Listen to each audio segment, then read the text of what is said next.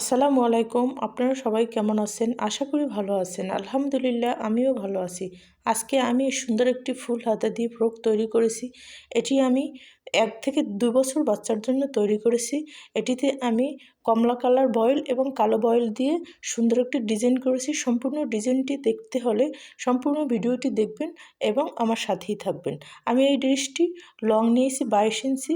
এখন আমি বডির জন্য ড্রেসটির লং নিয়েছি ১০ ইঞ্চি। আমার বডির অরিজিনাল মাপ হবে ৯ ইঞ্চি। ১ ইঞ্চি আমি সেলাইয়ের জন্য নিয়েছি। আমি পিছনের গলার জন্য পাশে ২ ইঞ্চি নিয়েছি এবং নিচে ২ ইঞ্চি ডাবিয়েছি এবং সামনের গলা আমি ৩ ইঞ্চি ডাবিয়েছি এবং পাশে ২ ইঞ্চি পরিমাণ নিয়েছি এবং পুটে আমি ৩ ইঞ্চি নিয়েছি এবং আর্মহোলে আমি ৪.৫ ইঞ্চিতে দাগ কেটে তারপর রাউন্ড শেপ দিয়ে দিয়েছি। এখানে আমি বডির জন্য ২৪-এর আমি ৪ ভাগ করে ৬ ইঞ্চি নিয়েছি এবং ১ ইঞ্চি আমি সেলাইয়ের জন্য নিয়েছি। তারপর আমি সুন্দরভাবে এরকম কাটিং করে আপনাদের দেখিয়ে দিচ্ছি। আপনারা চাইলে বাসায় বসে এরকম সুন্দর সুন্দর ড্রেস একদম সহজে বাচ্চাদের জন্য তৈরি করতে পারেন। আমার পিছনের পাটের গলাটি কাটিং করা শেষ। এখন আমি ২ পার্ট আলাদা করে তারপর সামনের পাটে এরকম ৩ ইঞ্চি পরিমাণ দাগ কেটে তারপর আমি সুন্দরভাবে কাটিং করে আপনাদের দেখিয়ে দিচ্ছি। আমি নিচের ঘেরের পাটের জন্য ২ কালার কাপড় দিয়ে একটু ডিজাইন করে দিয়েছি। আমি কমলা কালার এবং কালো কাপড় দিয়ে সুন্দর একটি ডিজাইন করে দেব। আপনারা চাইলে এরকম সুন্দর সুন্দর ডিজাইন ২ কালার কাপড় দিয়ে করতে পারেন বাচ্চাদের জন্য। আমি হাতাতেও এরকম সুন্দর ২ কালার কাপড় দিয়ে ডিজাইন করে তারপর হাতার মাথায় সুন্দর দুটি পাইপিং করে দেব।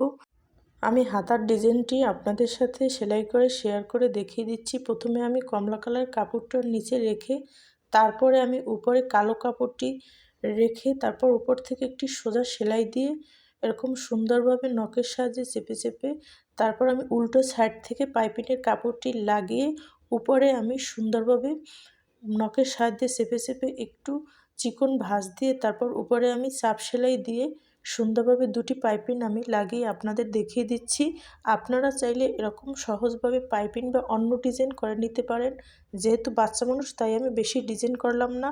এখন আমি সামনের পাটে মাঝখানে একটি দাগ দিয়ে তারপর ২ সাইডে ২টি লেস লাগিয়ে আমি নিচে একটি সুন্দরভাবে ফুল করে দেব। সেটিও আপনাদের সাথে শেয়ার করব। আমার সামনের ডিজাইনটি করা শেষ। এখন আমি ২ পার্ট একত্র করে কাটটি সেলাই দিয়ে নেব। তারপর আমি হাতাটা লাগিয়ে আপনাদের দেখিয়ে দেব। আমি হাতাতেও একটু সুন্দর কুচি করে দিয়েছি। আমি হাতাতে বেশি কুচি দেইনি, ২-৪টি কুচি দিয়েছি। আপনারা চাইলে কুচি একটু বেশিও দিতে পারেন, আবার কুচি না দিয়ে একদম সোজাভাবেও লাগিয়ে নিতে পারেন, সেটা আপনাদের ইচ্ছে। আর যেহেতু বাচ্চা মানুষ তাই আমি একটু কুচি দিয়ে দিয়েছি।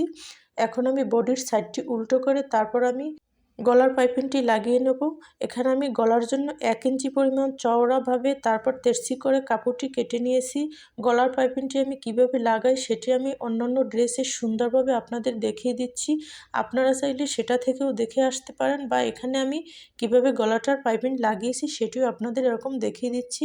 আমি বডির সাইডটি উল্টো করে তারপর আমি পাইপিংটি লাগিয়ে দিক সাইডে আমি সুন্দরভাবে ভাঁজ করে এরকম চিকনভাবে ভাঁজ করে তারপর সুন্দর সেলাই দিয়ে আপনাদের দেখিয়ে দিচ্ছি। আমার সম্পূর্ণ ভিডিওটি আমি আস্তে আস্তে করেছি যেহেতু আপনারা ভিডিওটি দেখে তারপর সুন্দরভাবে ড্রেসগুলো তৈরি করতে পারেন। আমার সম্পূর্ণ বডির কাজটি করা শেষ। এখানে আমি বডির মাপ অনুসারে তারপর সাইড সেলাই দিয়ে নিয়েছি এবং নিচের ঘেরের পাটটি আমি কি ডিজাইন করেছি সেটি ডিজাইন করে আপনাদের আমি দেখিয়ে দিচ্ছি। এখানে আমি সহজভাবে ডিজাইনটি করেছি। নিচে ৪ ইঞ্চি পরিমাণ কাপড় কেটে তারপর আমি সোজাভাবে লাগিয়ে নিচে একটি সুন্দর চিকনভাবে সেলাই দিয়ে নিয়েছি। এখন আমি বুকে কুচি লাগিয়ে তারপর ড্রেসটি কেমন হয় আপনাদের সাথে শেয়ার করছি। আমার সম্পূর্ণ ড্রেসটি তৈরি করা শেষ। এখানে আমি বুকে সুন্দরভাবে একটি ফুল করে তার মাঝখানে একটি বুতাম লাগিয়ে দিয়েছি। আজ এ পর্যন্তই। সবাই সুস্থ থাকবেন, ভালো থাকবেন। আল্লাহ হাফেজ।